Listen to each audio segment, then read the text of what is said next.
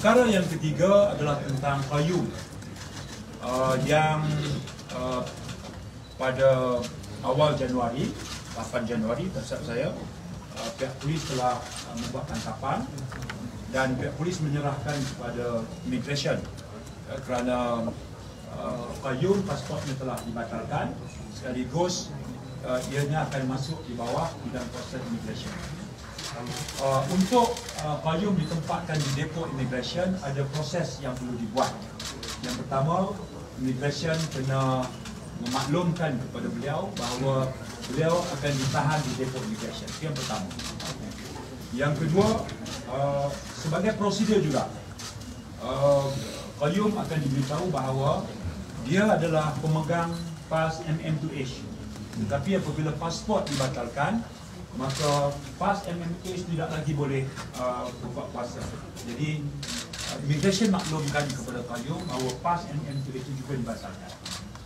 Untuk dia ditempatkan di depo immigration, kita tahu depo immigration adalah penempatan sementara sehingga proses penghantaran pulang dibuat. Jadi payung juga diberitahu mengikut immigration bahawa dia berada di situ adalah untuk tujuan dia dihantar pulang. Namun, saya nak sebut, Jabatan Imigresen juga terikat dengan keputusan mahkamah. Oleh kerana payung terhadap tangkapan yang dibuat, dia telah melalui peguam membawa kes itu ke mahkamah.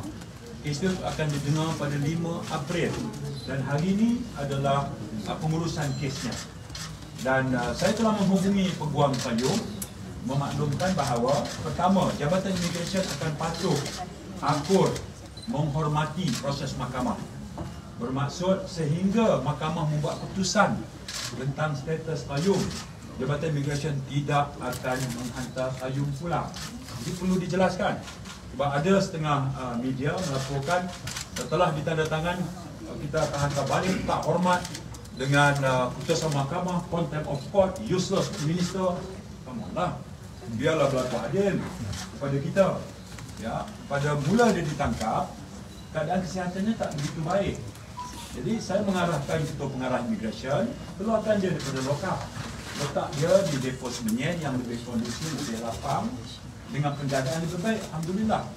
Media juga ada melaporkan. Saya ucap terima kasih Malaysia Kini bagi minat yang tinggi. Laporkan payung tak tahu di mana berada. Tak betul. Isterinya dibenarkan melawat.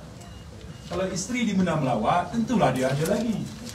Jadi insert kenyataan bahawa keberadaannya tak pasti, uncertain. Jadi saya rasa ralat sikit lah. Ya. Isterinya dibenarkan melawat. Hari ini peguamnya dibenarkan melawat. Melawat siapa? Melawat payung. Kalau dibenarkan melawat payung, mana payung ada lagi di sini. Kalau ada lagi di sini, tak timbul soal uncertainties. Jadi saya kata kena saya sebut perkara itu. Saya sendiri menghubungi peguam payung tadi, pagi lagi ya, untuk mengesahkan dan kita memberikan kerjasama sepenuhnya. Jadi soal immigration, menghormati ataupun melakukan contempt of court kerana order buat sebagainya, saya nak jelaskan itu proses. Ya, bila kita bawa dia ke depo, kita kena bagi tahu dia apa tujuan. Jadi untuk detain dia, kita kena bagi tahu tujuan detain tu, tujuan remove, kita kena bagi tahu. Tapi tertakluk kepada keputusan mahkamah, kita terikat. Jadi kita tak hantar balik sehingga mahkamah membuat keputusan. Itu proses payung. Ya. Jadi saya tak mau ulas yang lain lah. Suara punya kritik dan sebagainya itu kerja dia. Saya akan juga lakukan kerja saya.